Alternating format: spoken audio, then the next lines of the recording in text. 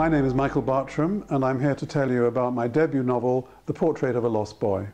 The novel tells the story of a German boy, Johannes, who disappears from his home in Jerusalem in the year 1898. The narrative takes us through 5 decades and 2 world wars and ends with the firebombing of Dresden in 1945. It's against the backdrop of this dramatic and tragic event that the story of Johannes, the lost boy, is finally resolved. My great interest in the Middle East began, I think, in childhood with my enchantment with the biblical stories that I read. When, later on, I traveled in the Middle East and lived there for a while, I found that that enchantment was reborn. I was overwhelmed by the experience. I loved the landscape, the buildings, the towns, the cities, and of course the history.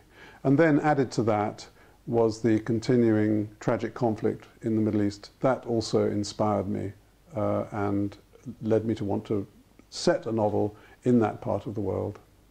The book deals with difficult topics, and I would like to tell you something about the triggers for those topics. The first one was that I was reading Martin Gilbert's comprehensive study of the Holocaust, and I came across a story there about a group of Jews in Nazi-occupied Poland who were tricked into believing that they were going to be exchanged for a group of Germans who were living under British rule in Palestine. In fact, this exchange never took place because they were tricked and murdered. But this set me thinking about the German communities in Palestine at the time, and more generally about the painful topic of German-Jewish relations. The second trigger came from a news story of the time about the disappearance of a child. This story had a big impact on me, as indeed it did on everybody else, and this formed the basis of my novel. And indeed, it linked to something more personal for me, which was that it was the tradition in our family to send children away to boarding school.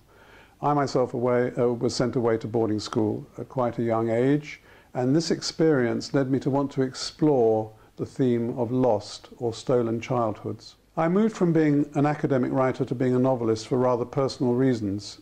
One day I sat down to write at my desk, and I looked at the blank page, and I thought, something important is happening here. I'm realizing something. From now on, I have to write something which comes directly from within me.